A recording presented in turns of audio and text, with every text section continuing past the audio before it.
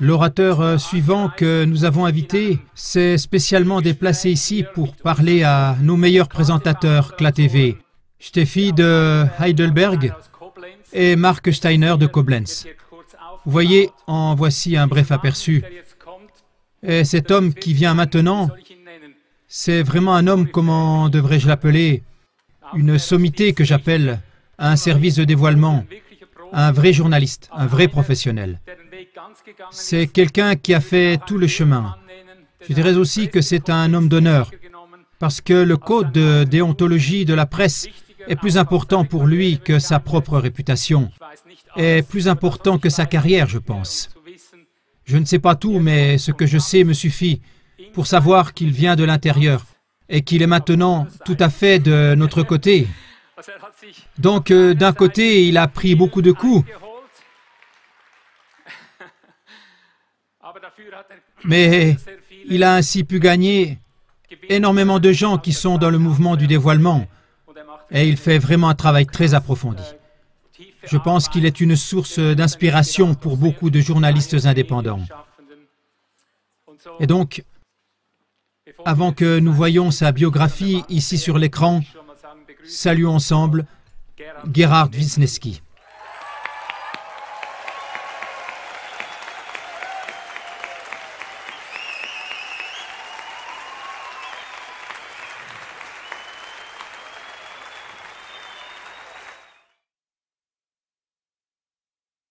Gerhard Wisniewski. Né en 1959 à Krumbach, Souabe, a grandi à Francfort-sur-le-Main. 1979, baccalauréat.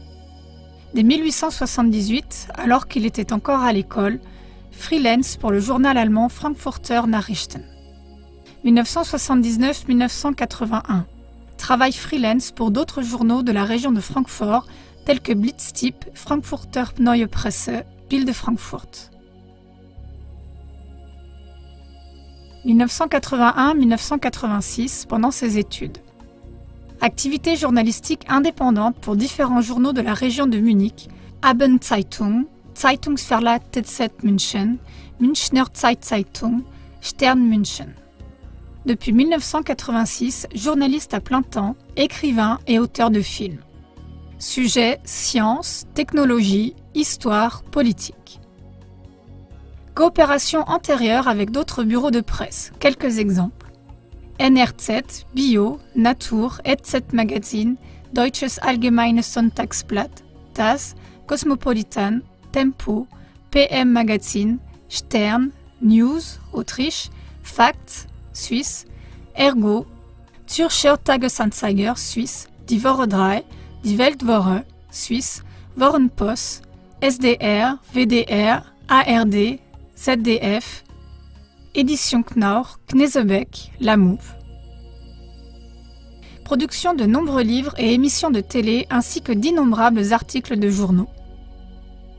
1992, première sensation avec le livre Das RAF Phantom, le fantôme de la RAF. Le téléfilm qui en est issu a reçu plusieurs prix, dont le prix Grimm. 2003, premier documentaire critique au monde sur les attentats du 11 septembre 2001 pour VDR avec le cinéaste Willy Brunner. Depuis 2003, activité principale en tant qu'écrivain, nombreux best-sellers retentissants.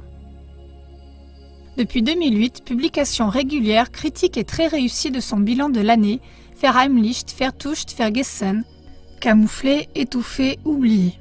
2009, prix José Lutzenberger, décerné pour son courage civil et ses mérites en tant qu'homme de dévoilement. Son sujet d'interview aujourd'hui, perte de frontières, la bombe silencieuse.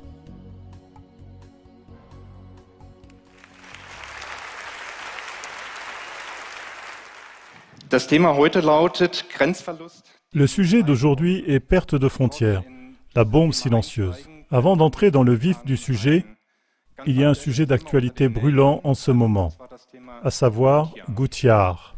Peut-être pour notre public, qui est Gouthiard et que s'est-il passé exactement?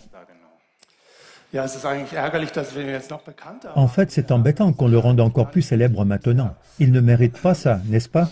Après ce qu'il a fait. Certains connaissent donc M. Gouthiard comme le journaliste prodige, comme le prétendent certains. Parce qu'en 2016, il a réussi, à une semaine d'intervalle, à être présent à 2 attentats terroristes ou à se trouver à proximité et à les relater. Ainsi, pour une fois, la plupart des gens connaissent probablement cet enregistrement de l'attentat de Nice le 14 juillet 2016, où le camion a été filmé depuis un balcon avant de rouler dans la foule. C'était M. Gouthiard, celui qui a filmé ça. Et puis, bien sûr, il y a eu la tentative d'attentat à Munich le 22 juillet 2016, dans le centre commercial Olympia, où M. Gouthiard était passé par pur hasard. Quand un assassin s'est mis à tirer et que les gens du monde entier se sont demandé, pas seulement en Allemagne, comment est-ce possible? Si vous regardez les statistiques, quelle est la probabilité d'être concerné par une attaque terroriste, n'est-ce pas? C'est presque aussi peu probable qu'un gain de loterie négatif, ou encore moins probable. Ou à quel point est-il probable qu'il soit présent? Cela aussi est très improbable.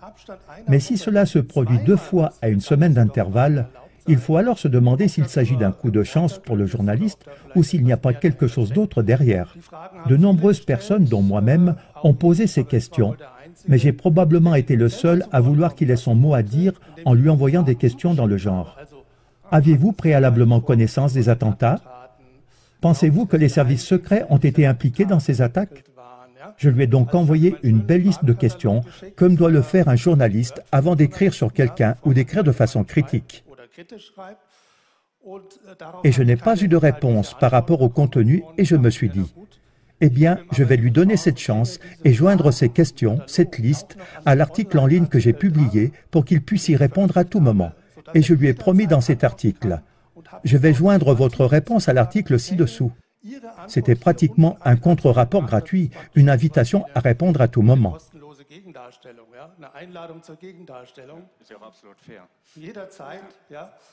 Et je m'attendais aussi à une réponse, mais la réponse n'est pas venue sous cette forme. Aucune réponse substantielle à ces questions. Par exemple, aviez-vous préalablement connaissance de ces attentats? Ou comment expliquer autrement cette coïncidence que vous puissiez être là 2 fois à proximité immédiate? Et la réponse n'était pas vraiment une réponse, mais il a porté plainte. Il m'a dénoncé parce qu'il prétendait que, rien que par mes questions, j'aurais éveillé le soupçon, à savoir le soupçon que, premièrement, il aurait su d'avance et deuxièmement, qu'il aurait pu être accusé, le sachant d'avance, de ne pas avoir averti de ces attentats. L'ironie, c'est que c'est un grand pas de plus par rapport à mon reportage, qui n'était pas du tout sur cela.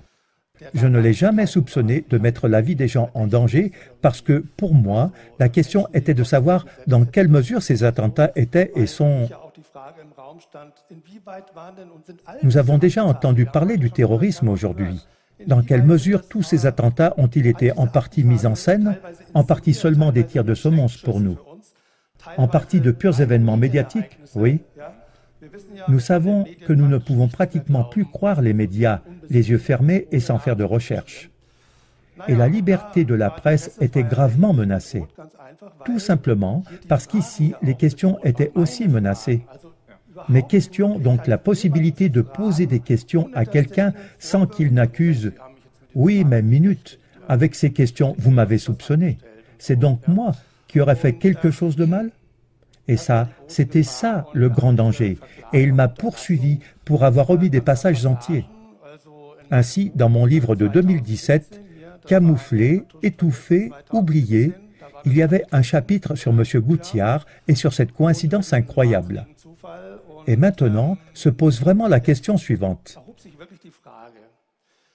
Dans quelle mesure les journalistes sont-ils encore autorisés à poser publiquement des questions, n'est-ce pas?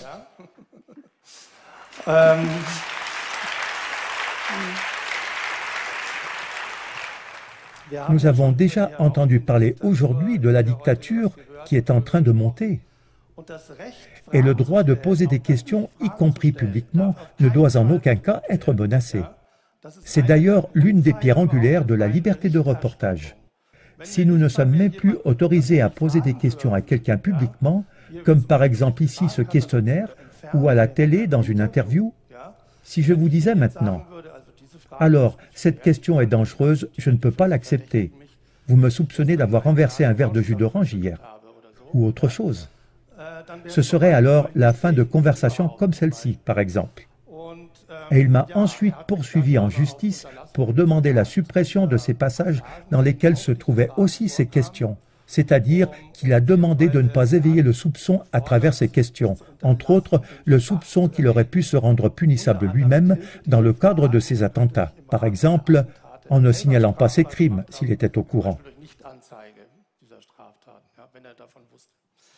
Et voilà qu'un tribunal allemand lui a donné raison. C'est incroyable. Le tribunal régional de Cologne a donc fait preuve d'indulgence à cet égard. Ils n'ont fait que photocopier la plainte de son avocat dans leur propre verdict. Il faut le voir pour le croire. Mais c'était clair pour moi que ça ne pouvait pas durer, car cela empiète tellement sur la liberté de la presse. Un journaliste qui se dit lui-même journaliste, j'aimerais savoir ce que ses collègues de la radio bavaroise ont dit sur ce qu'il fait là, n'est-ce pas? Est-ce qu'à l'avenir, ils aimeraient faire des interviews avec en arrière-plan la crainte qu'ils pourraient éveiller des soupçons à travers l'une ou l'autre question? Oui. Pour l'instant, le tribunal régional de Cologne a accepté l'accusation. Mais je leur ai dit tout de suite à tous les deux, à M. Gouttière et à son avocat, au revoir, on se reverra à la prochaine instance. J'espérais que celle-là jugerait de manière plus professionnelle, et c'est ce qu'elle a fait. Le 29 juin 2018, le tribunal régional de Cologne a rejeté son accusation dans son intégralité et m'a donné raison.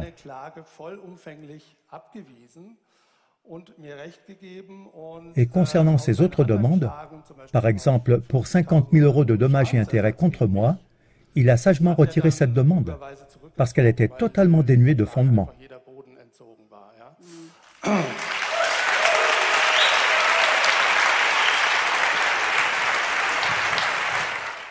Je voudrais simplement attirer l'attention sur la menace qui pèse sur la liberté de la presse, la liberté d'expression et la liberté d'information. Si les journalistes avaient dû manipuler encore d'autres ciseaux dans la tête, ils en ont déjà suffisamment. Dans le genre « Oh, est-ce que j'ai le droit de poser cette question ?» Mais cela a échoué sur toute la ligne, et c'est pourquoi je peux maintenant offrir ce livre fièrement.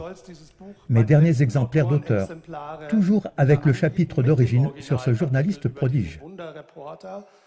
C'est là-bas, sur la table de littérature, et il peut être à nouveau distribué librement sans mauvaise conscience. Du moins en ce qui me concerne, les exemplaires d'auteur qui, malheureusement, ne sont plus très nombreux.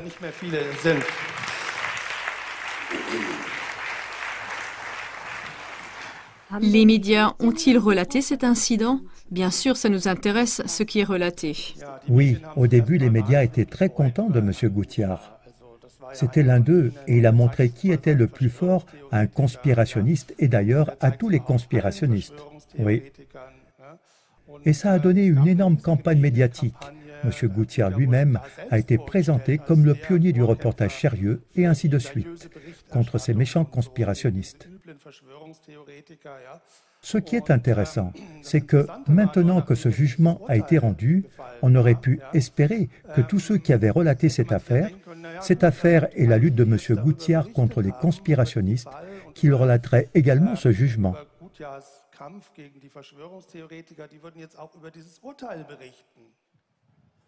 Mais vous pouvez bien imaginer comment ça s'est passé. Naturellement, il n'y a eu qu'un seul compte-rendu, négatif bien sûr, publié dans un magazine en ligne. C'est tout. Sinon, silence total au front. Ça doit être étouffé, bien sûr. Oui. Alors, c'est une bonne chose que vous puissiez en parler à la ZK aujourd'hui, afin qu'on puisse informer les gens d'ici de ce qui s'est réellement passé et des conséquences qui en ont découlé. Est-il vrai que M. Gouttière a témoigné lors d'une conférence publique? Je dois vraiment lire maintenant, parce que je n'y arriverai pas dans ma propre tête. Il aurait dit « attaquer ses adversaires et chercher à s'enrichir pour leur nuire financièrement ».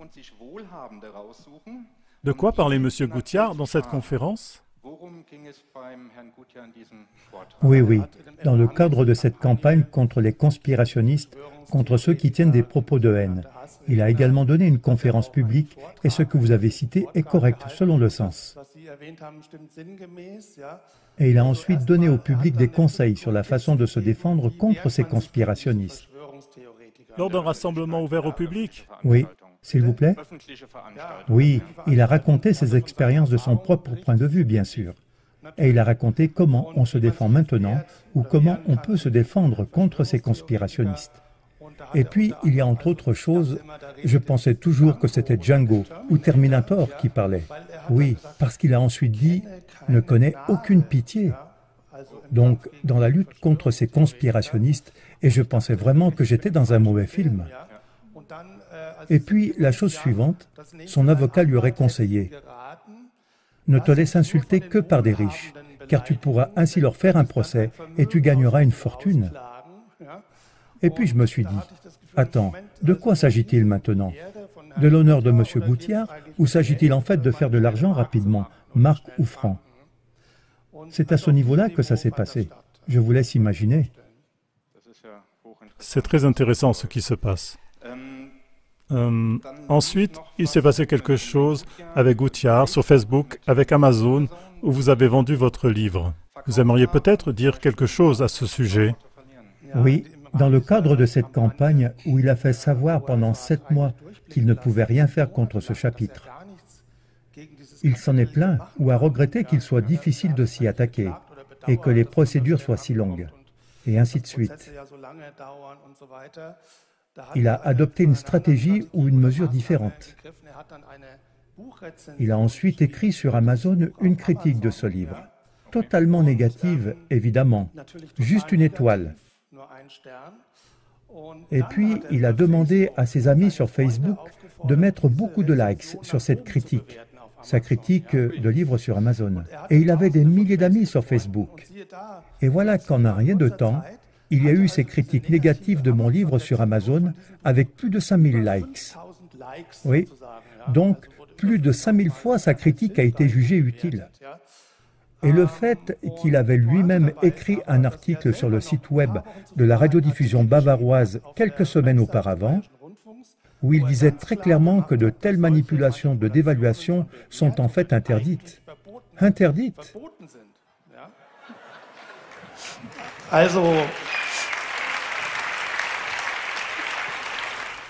Eh bien, vous voyez à quelle vitesse un journaliste peut changer d'avis quand il s'agit de ses propres intérêts. En tout cas, selon moi, il s'est en fait absolument exclu lui-même avec un tel comportement. Et c'est à ce niveau qu'ils se sont battus. Et je peux aussi vous dire que lire pendant des mois des écrits comme ceux que j'ai reçus, des écrits d'avocats, ce n'est vraiment pas un plaisir. Parce que vous êtes inculpé, accusé, soupçonné de toutes sortes de choses. Bref, ils essayent de vous présenter sous un très mauvais jour pour influencer le tribunal. Mais Dieu merci, le tribunal régional supérieur de Cologne ne l'a pas cru et je pense que certains juges méritent des applaudissements.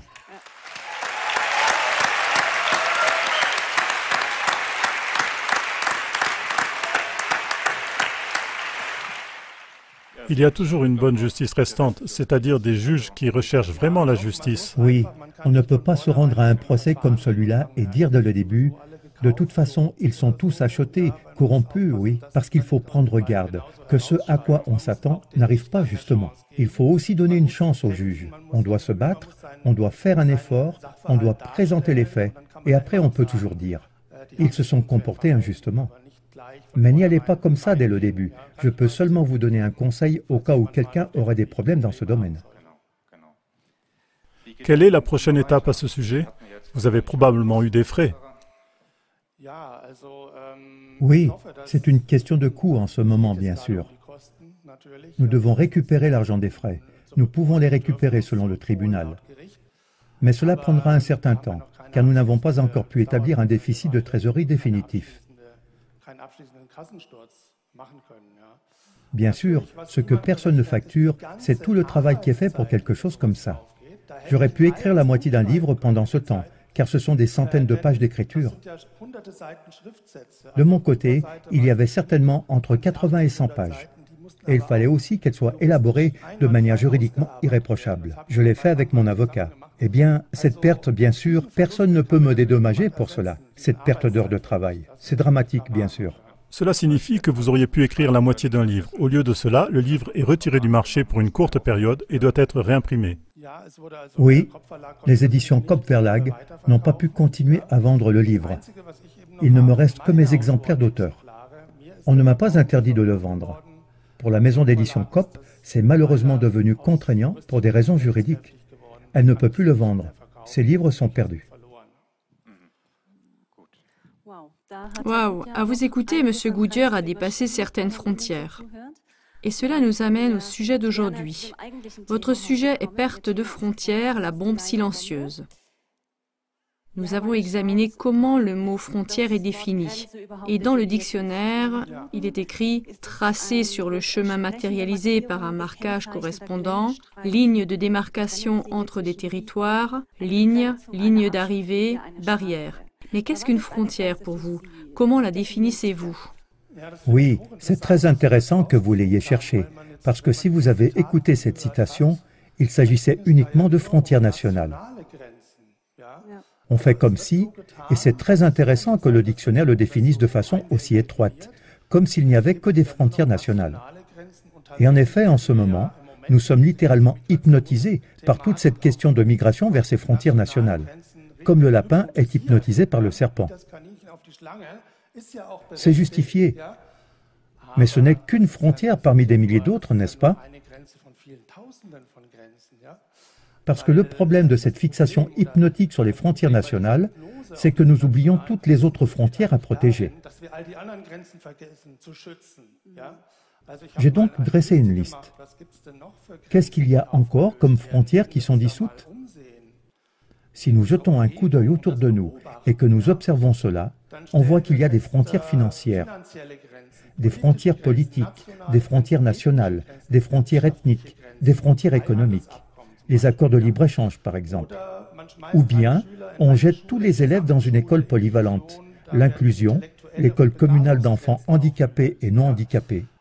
Les frontières intellectuelles et les frontières des talents sont abolies. Par exemple, en Allemagne, on discute des CV d'embauche anonymes. Donc, l'employeur ne sait même pas qui pose sa candidature. Un migrant, une femme, un homme, peu importe. On dissout les frontières ethniques et sexuelles. Le multiculturel, dissolution des frontières culturelles.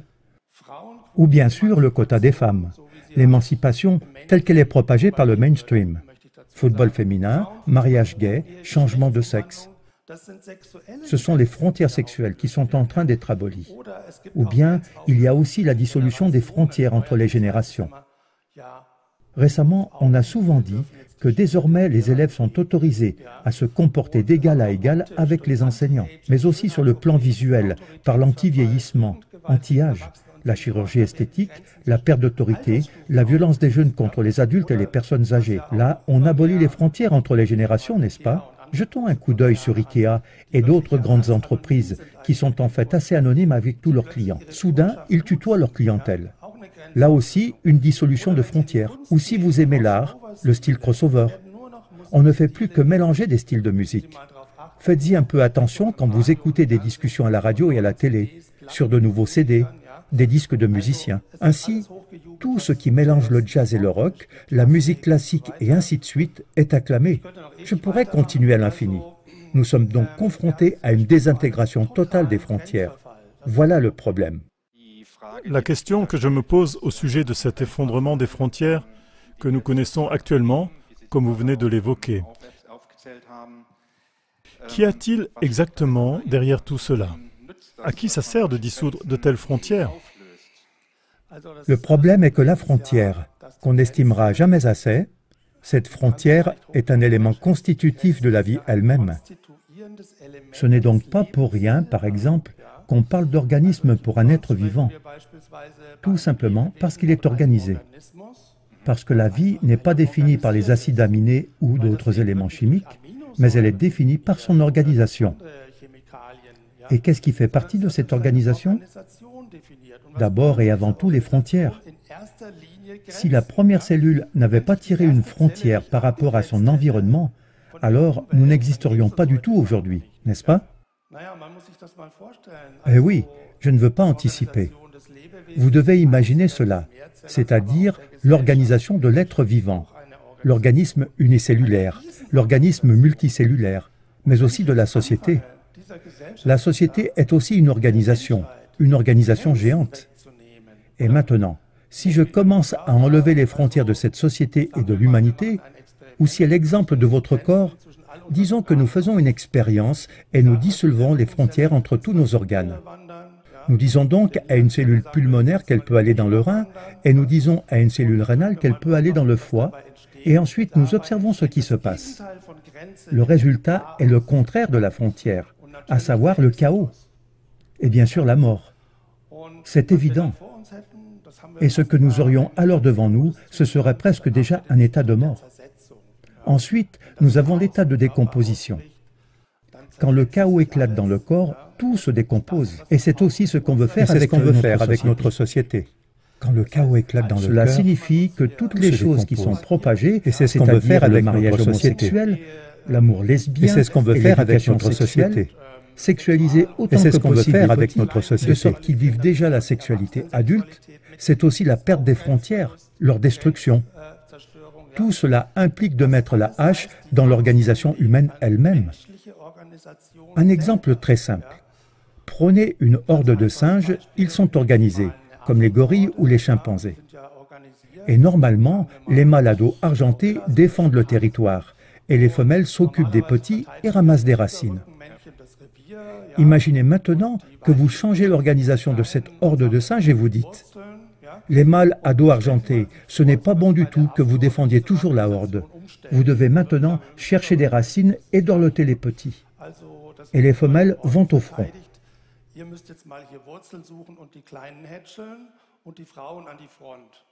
Alors, j'aimerais bien voir combien de temps cette horde de singes survivrait.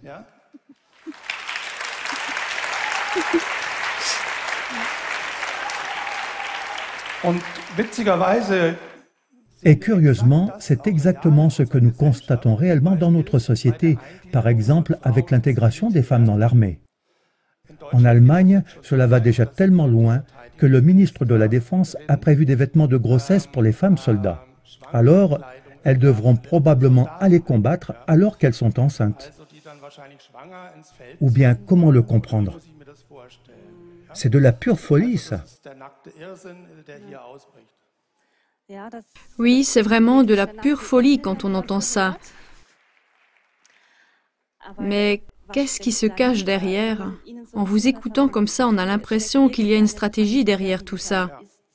Je veux dire, envoyer des femmes enceintes dans une zone de guerre, avoir une telle idée schizophrène.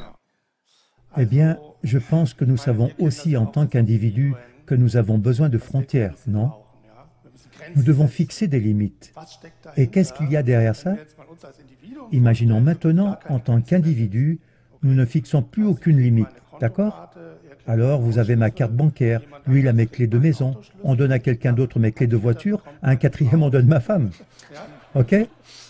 Alors, je me donnerai et je me dissoudrai en tant qu'individu. Et il en va de même avec l'organisation humaine et sociétale. Si on observe cette perte de frontières, cette destruction de frontières, il faut faire attention partout dans la publicité, à la télévision, dans les longs métrages. C'est propagé partout. Oh, super, habille-toi comme une femme, c'est chic. Super, la femme porte un nœud papillon, super. C'est propagé partout et toutes les frontières sont attaquées. Il y a aussi du chocolat avec du piment, etc. Même des frontières de goût, n'est-ce pas? J'en ai oublié d'autres? Laissez-moi chercher. Il y en a des milliers. Un exemple très fou, la géothermie. En d'autres termes, on essaye d'obtenir ce qu'on appelle de la chaleur géothermique en forant à travers les couches rocheuses. Vous percez donc des milliers de mètres de profondeur pour exploiter le gradient thermique et produire de l'énergie. Il y a déjà eu des accidents catastrophiques en Allemagne. Tout simplement parce que le sol s'est soudain soulevé. Des petites villes entières ont des bâtiments pleins de fissures. Ils sont pratiquement bons à être démolis. Parce que différentes couches qui auraient dû rester séparées ont été endommagées. Par exemple, des couches d'eau de gypse, des couches d'anhydrite qui se sont combinées pour donner du plâtre et se sont énormément développées. En conséquence, le sol s'est soulevé et cette ville a pratiquement été détruite. Et pourquoi cela? À cause de l'altération d'une frontière. Et on essaye de faire ça systématiquement, non? Si vous me permettez de revenir à votre question, qu'y a-t-il derrière tout cela? Nous avons aussi parlé de stratégie, surtout celle qui a été mentionnée dans la chanson, très bonne, très importante. Donc, si nous ne nous occupons pas des stratégies de ces gens dont nous avons parlé, alors nous avons déjà perdu.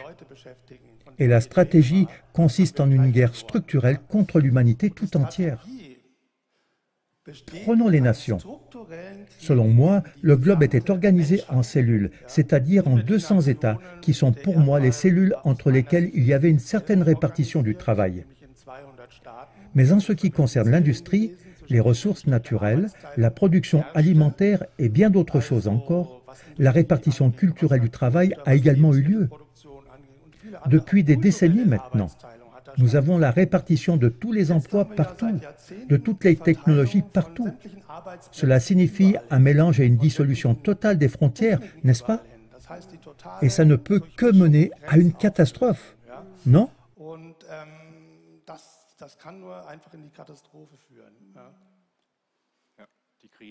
Nous voyons les crises qui en découlent. Vous avez apporté un exemple avec votre voiture, votre maison, et ainsi de suite.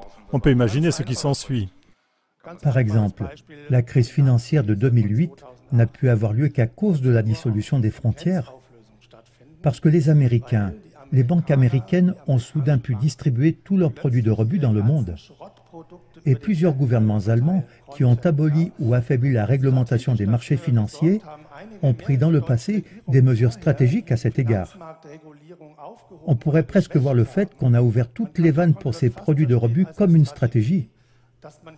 Et ce n'est qu'alors qu'ils ont pu refouler à une grande échelle leurs mauvais crédits, entre autres en Europe, et détruire une grande partie de notre système bancaire. Les banques régionales en sont un exemple, n'est-ce pas?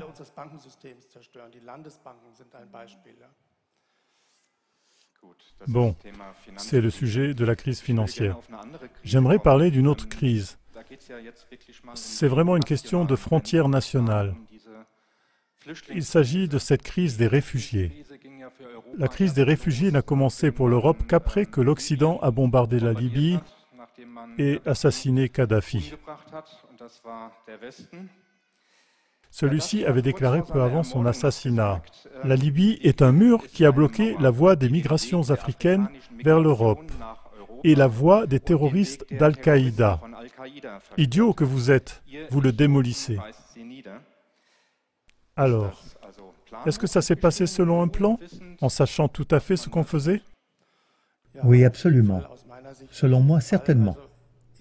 Je vais dire entre guillemets pour l'instant, quelqu'un s'en prend maintenant au globe avec un très grand mixeur. Et tout d'abord, on a systématiquement et sans respect généré et libéré des masses de réfugiés par la destruction totale, profonde, soit physique, soit politique, de l'Afrique du Nord. Depuis quelques années, une vague de révolution et une vague de guerre déferlent sur les États d'Afrique du Nord. Des États comme la Syrie, par exemple, ont été bombardés, bien sûr, mais aussi la Libye, très important, comme vous venez de le mentionner.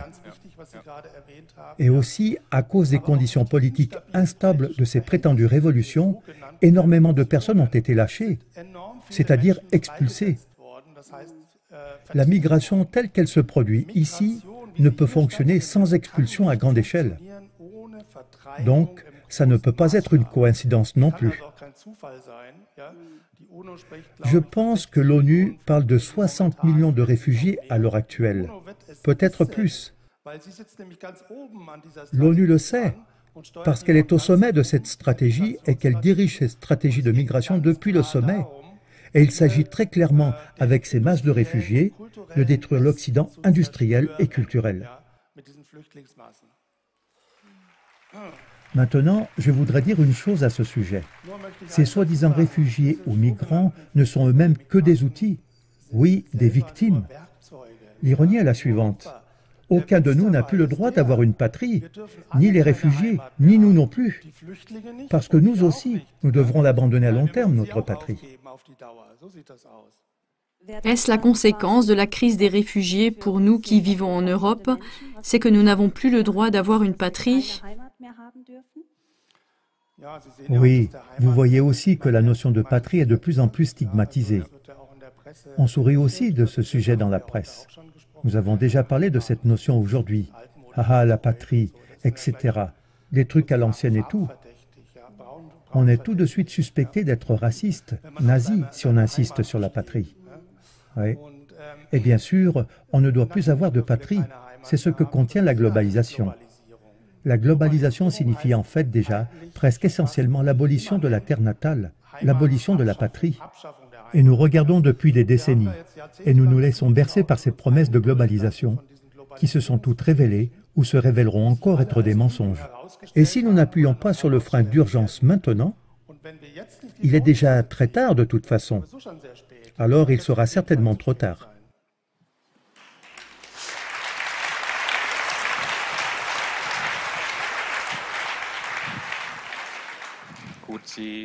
Vous venez d'aborder brièvement la question des accords de libre-échange, c'est-à-dire que nous parlons de la crise économique. Quelles sont exactement les frontières qui sont dissoutes dans ce domaine? Eh bien, ce sont les frontières économiques. On peut presque partir de l'idée que tout ce que les politiciens et les médias acclament nous nuit. Et cela inclut aussi les accords de libre-échange.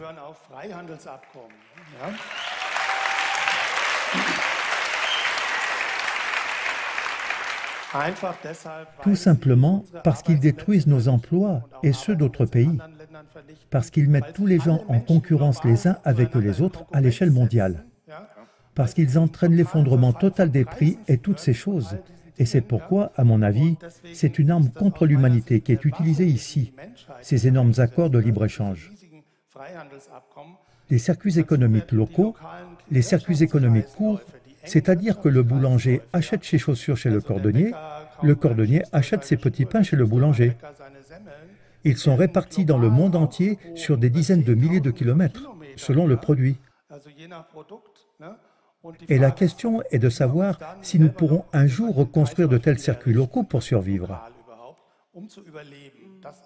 Voilà la question. En fait, les sociétés occidentales souffrent d'un énorme trouble circulatoire. Ça veut dire que si on a un problème, habituellement, le problème suivant arrive. C'est une sorte de réaction en chaîne. En d'autres termes, lorsque les frontières sont abolies, nous avons en effet une réaction en chaîne, des choses qui se suivent. Eh bien, si on reprend cet exemple du corps, disons que 2 ou 3 frontières d'organes sont dissoutes. Ou prenons des troupeaux d'animaux qui sont répartis dans de grands parcs carrés. Et ces parcs peuvent retenir ces troupeaux parce qu'ils ont des clôtures internes. Et à l'intérieur de cet énorme parc, il y a d'autres clôtures, comme des cloisons. C'est ainsi qu'on peut contrôler et garder un énorme troupeau d'animaux. Mais si certaines de ces cloisons tombent ou se désintègrent, les clôtures extérieures ne pourront plus les retenir. Ou prenons juste les cloisons d'un navire. Même chose. Ainsi, chaque dissolution de frontières affaiblit l'organisme et conduit à ce qu'un jour, les frontières intactes ne pourront plus tenir, oui. Je nous vois ici comme une communauté de gens qui veulent encore préserver et protéger les frontières.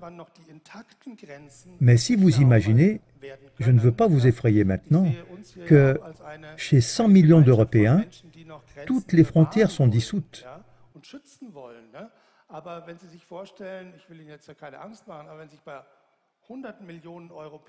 Alors, on peut se demander si nos frontières seront encore suffisantes pour garder tout cela sous contrôle. Oui, mais je suis quand même venu en Suisse. La frontière ne signifie pas qu'ils disent non, il n'y a pas d'échange. Exactement. C'est plus comme une membrane. C'est une bonne chose que vous abordiez cette question. parce qu'il n'y a que quelques frontières vraiment absolues ou complètement imperméables. Elles sont peut-être absolument nécessaires ici ou là, mais en règle générale, une frontière est en fait une gestion du trafic. Elle décide ce que l'organisme veut et ce qu'il ne veut pas, ou combien il veut et combien il ne veut pas. Alors, prenons votre porte d'entrée. Si on compare cela à la crise migratoire, ce que Mme Merkel a fait en septembre 2015, c'était comme vivre dans votre village, dans votre petite maison avec votre famille, et elle dit « J'enlève la porte et je la jette ». Et puis vous regardez ce qui arrive à votre famille. Normalement, c'est vous qui décidez qui et combien de personnes sont autorisées à entrer. Cela ne veut pas dire que vous détestez les étrangers, puisque vous aussi, vous avez une chambre d'amis, n'est-ce pas?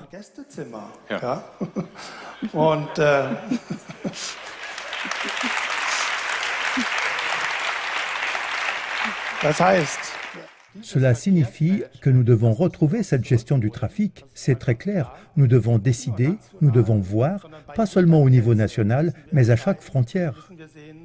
Ok, il y a une frontière, c'est légitime. Je veux la protéger et j'imagine qu'elle est censée réguler le trafic entre moi et l'extérieur, par exemple. Et pour cela, nous avons besoin d'énormément de conscience. Nous sommes constamment hypnotisés par la protection de l'environnement. C'est bien la protection de l'environnement, génial la plupart du temps. Il y a aussi des excès incroyablement insensés. Mais nous devons enfin nous intéresser à la protection des frontières, sinon nous allons tous périr.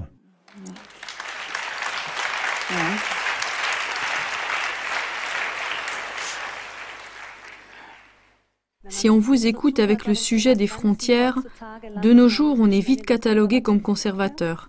On n'aime pas trop entendre le mot frontière. C'est peut-être un peu ce qui arrive à l'Iran. Lui aussi s'est retrouvé catalogué. C'est très intéressant. Comment voyez-vous cela dans le contexte des frontières? L'Iran est assez stable. Est-ce que cela a quelque chose à voir avec les frontières? Oui, absolument. C'est pourquoi l'Iran est tant détesté, parce qu'il a des frontières si stables. Sans vouloir évaluer l'Iran sur d'autres points, bien sûr, mais seulement sur l'organisation des frontières. Parce que l'Iran est, ou se dit lui-même, une théocratie. Cela signifie que les frontières entre l'État et la religion sont étroitement liées. Il y a donc une frontière vraiment stable, beaucoup plus stable que dans d'autres sociétés. Et bien sûr, nos globalistes détestent particulièrement cela. C'est pourquoi ils détestent l'Iran. Aussi parce qu'il peut résister et qu'il résiste solidement à la culture dite occidentale. Et c'est en cela, en fait, cette lutte culturelle, cette dissolution des frontières de l'Iran. On veut que l'Iran accepte enfin toute cette camelote, ce que nous avons accepté depuis longtemps. Et c'est pour ça qu'il est tant détesté et qu'il est combattu. C'est ce que nous avons vécu en Allemagne, ce qui s'est passé après la Première Guerre mondiale déjà, où les choses sont venues ici, où aujourd'hui on ne peut même pas parler de culture, de fêtes nationales, etc. C'est ça. Donc vous dites que cela menacerait aussi concrètement l'Iran. Bien sûr, l'Iran devrait enfin être aplati par la culture dite occidentale et incorporée. Les voiles devraient disparaître, la séparation entre l'homme et la femme devrait disparaître, toute la structure sociale devrait disparaître. Toute la culture gay et lesbienne devrait enfin être introduite. Coca-Cola, bien sûr, la pornographie, Walt Disney et tout ce qui va avec. Et c'est une grande lutte culturelle stratégique qui s'y déroule et qui est actuellement menée en Syrie principalement. Parce que la Russie et l'Iran, qu'ont-ils fait là-bas? Ils ont fixé une frontière, une ligne rouge, et cela, bien sûr, provoque la haine absolue des globalistes occidentaux. C'est intéressant. La frontière, c'est toujours une chose délicate. Je pense que de nombreuses personnes dans cette salle savent que lorsque vous franchissez une certaine frontière, par exemple le politiquement correct, vous êtes directement catalogué de droite, un membre de droite. C'est déjà une frontière qui est tracée. Comment ça se fait? Qu'est-ce qu'il y a derrière tout ça? Eh bien, je pense que c'est très clair. Les conservateurs sont les ennemis jurés de toute cette politique dite progressiste ou de gauche. Mais conservateurs, si vous analysez le mot, c'est très positif. Ce sont les gens qui veulent préserver, qui veulent conserver, qui veulent protéger. Et la population n'a aucunement le droit d'aller dans cette direction, qui est identifiée comme de droite, mais elle doit tout simplement suivre le « anything goes », tout est permis, c'est-à-dire dissoudre toutes les frontières, quelles qu'elles soient. Et j'avais oublié, la sexualité en public en fait aussi partie. Elle est aussi propagée. Si vous regardez un jour des médias de masse comme le journal allemand Bild, où ils se sont mis pour faire ça, partout, sur le parking, sur le balcon, quelque part sur une scène, et je ne sais où. C'est là aussi une frontière qui doit être abolie. C'est pourquoi, par exemple, les conservateurs et les gens de droite sont détestés, parce qu'ils ne veulent pas, parce qu'ils veulent préserver les anciennes frontières.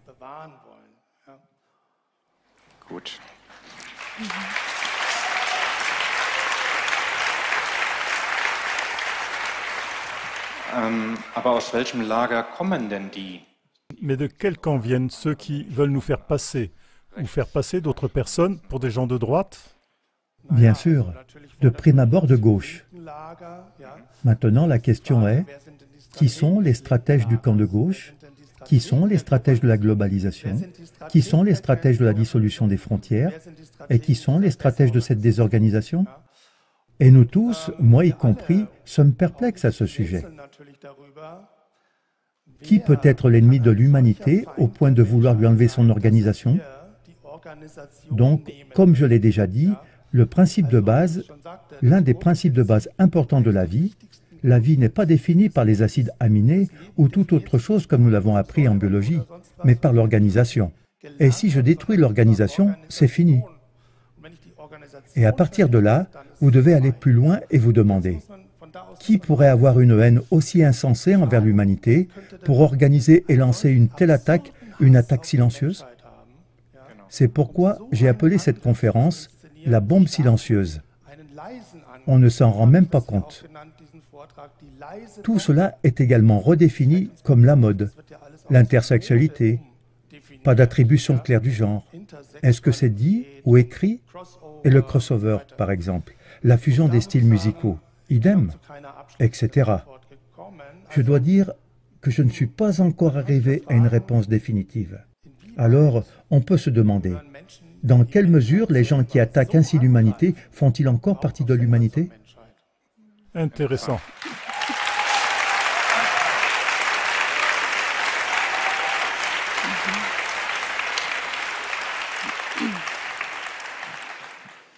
Comme vous l'avez déjà dit vous-même, vous aviez donné le titre « Perte de frontières, la bombe silencieuse ». Et la bombe est synonyme de destruction, de souffrance, finalement de mort. Et comme vous nous l'avez également dit, cette perte de frontières, cette dissolution des normes, des limites, conduit finalement à la mort de l'humanité.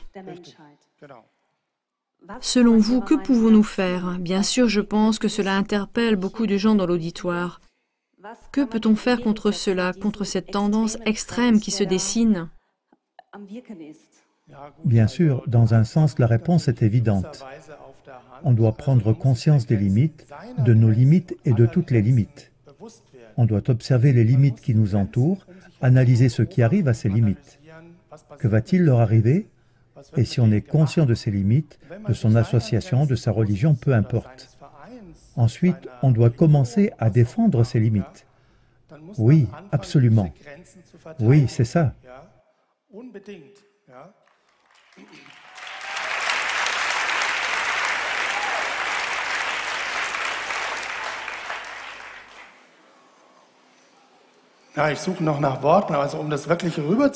Je cherche encore des mots pour vraiment faire passer ça, pour dire à quel point c'est important. Mais j'espère que j'ai réussi. C'est vital. Il y a beaucoup de problèmes sur Terre, mais c'est l'un des plus importants, le pire de tous.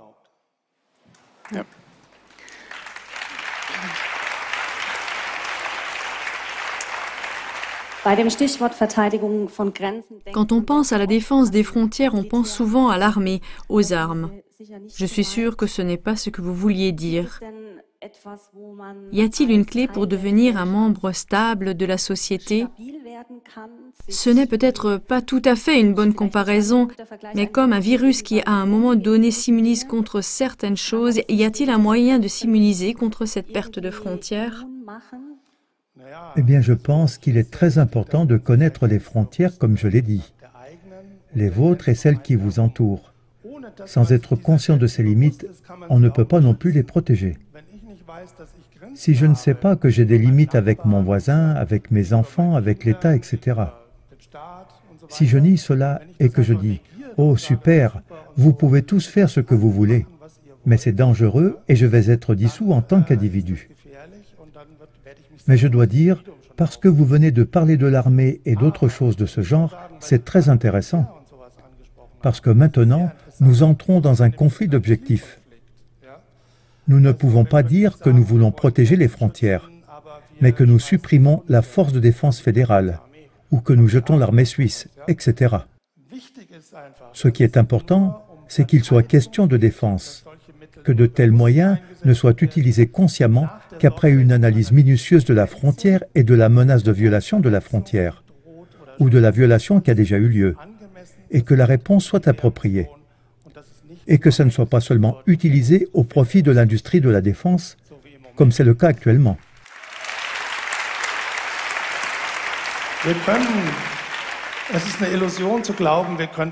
C'est une illusion de croire que nous pouvons protéger les frontières, alors que si notre territoire était menacé, nous ne pourrions que lancer des fleurs.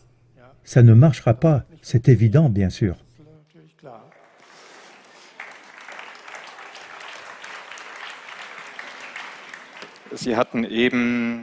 Vous venez d'évoquer divers aspects de la cybernétique, c'est-à-dire comment fonctionnent les circuits, comment fonctionnent les structures, et cela vaut aussi pour les limites.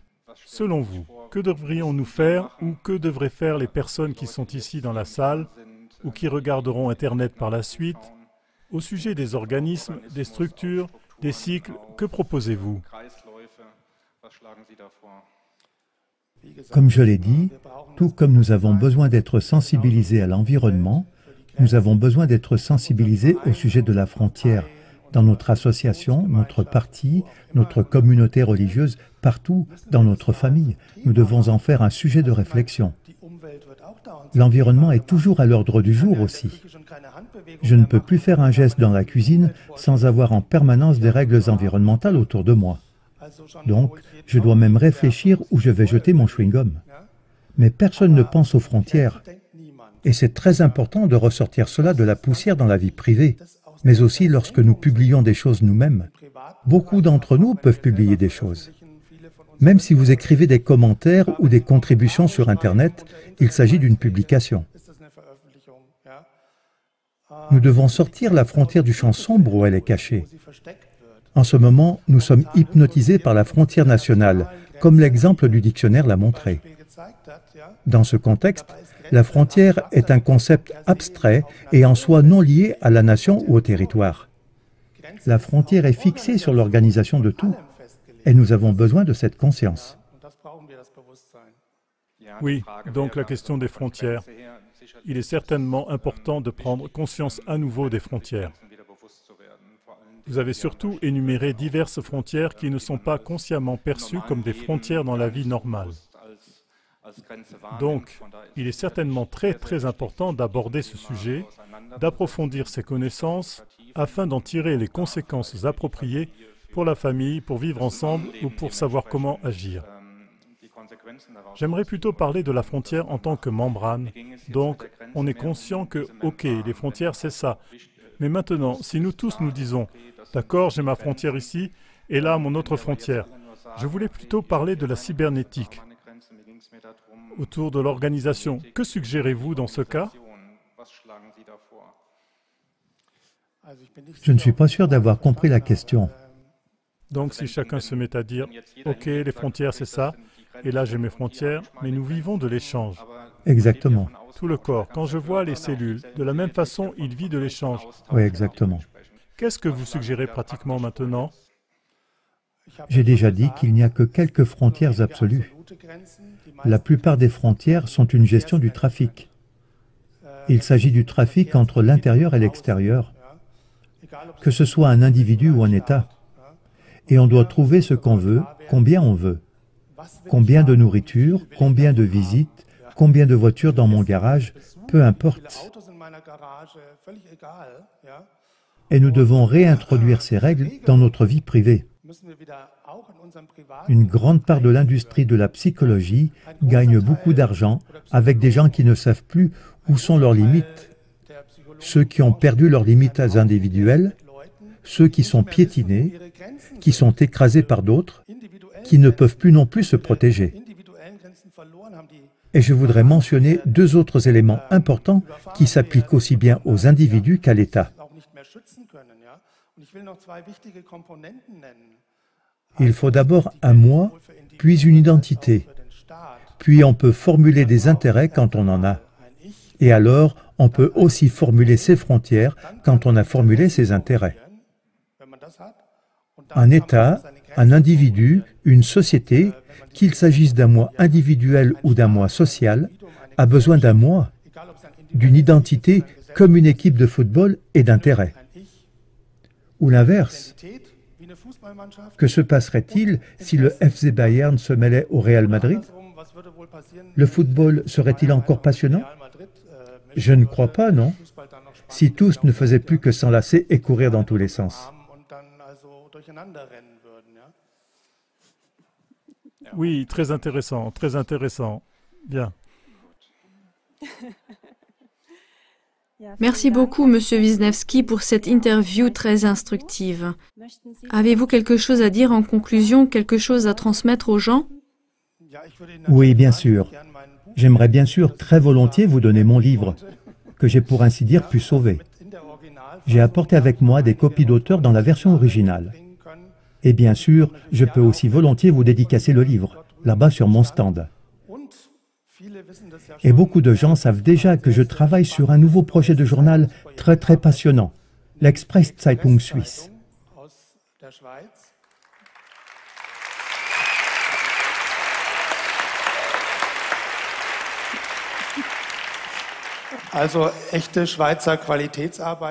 Un vrai travail de qualité suisse avec le soutien allemand. Bien que la Suisse n'en ait pas besoin en fait. Mais c'est un journal thématique extrêmement passionnant où nous avons la chance de présenter et d'approfondir des sujets sur de nombreuses pages. Et c'est graphiquement très bien réalisé. C'est vraiment très facile à lire, très divertissant et passionnant. Et nous avons déjà fait des éditions. Bien sûr, également au sujet de la crise migratoire. Et, par exemple, nous avons rassemblé toutes les preuves. Comment et pourquoi cette prétendue crise migratoire a fait dès le début l'objet d'une planification stratégique? Et pourquoi, dès le début, elle a été planifiée? Dans quel but et pourquoi? Qui l'a planifiée? Vous pouvez trouver tout cela dans l'édition. Mais nous avons aussi le sujet de la vaccination, par exemple. Et nous avons rassemblé là les risques liés à la vaccination. C'est incroyable. Incroyable quand vous lisez ça. Moi-même, j'en ai eu l'estomac retourné. Et donc, bienvenue sur mon stand. Il y a ce livre et aussi le livre de l'année 2017. Et mes amis de l'Express-Zeitung se réjouissent de votre visite. Il existe aussi des éditions plus anciennes, comme celle sur la crise migratoire. Merci beaucoup.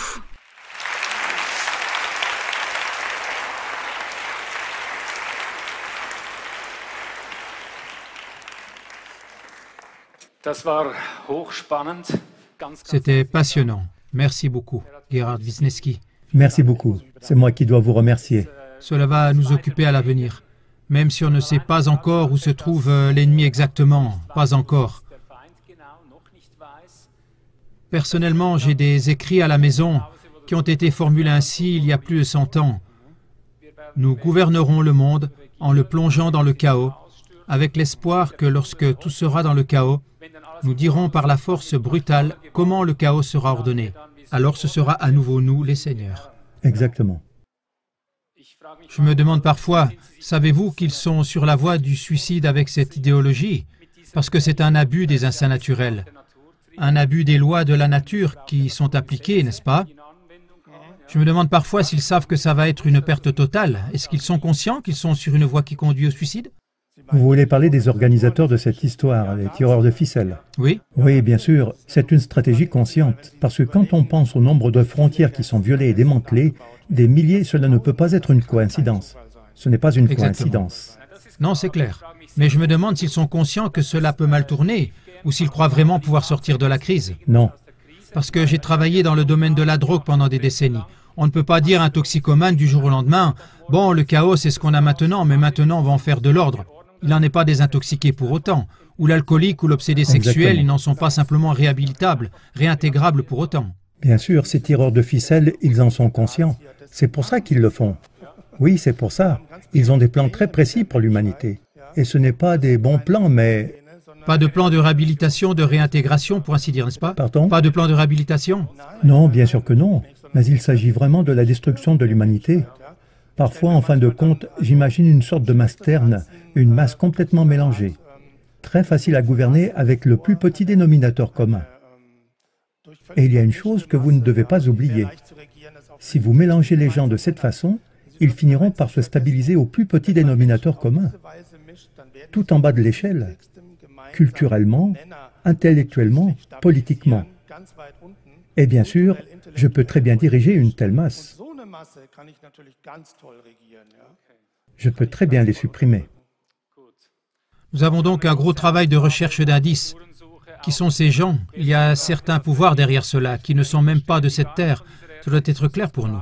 Mais les hommes demain sont toujours là et il faut bien les encercler à un moment donné. Leurs œuvres révèlent, et vous avez montré de très bonnes approches, car on doit mettre à la lumière ceux qui font de telles choses, et ne pas relier ça à leur culture, à leur religion ou autre, mais dire simplement « celui-ci fait ça et l'autre fait ça et celui-là fait ça ». Merci beaucoup. Oui, c'est exact. Je pense que ces gens seront également surpris lorsque nous découvrirons ce plan, parce qu'ils croient qu'ils sont dans une sorte de stratégie fourbe et rusée, qu'ils peuvent se faufiler en évitant nos défenses. En nous présentant toute cette dissolution des frontières comme une mode, comme quelque chose de super. Et je crois qu'ils vont être surpris si nous créons une large résistance contre ça, parce que c'est vraiment l'un des fondements même du problème. Bien, et nous formons ensemble une nouvelle frontière, l'unité, l'unité. Merci beaucoup, c'était merveilleux. Merci beaucoup.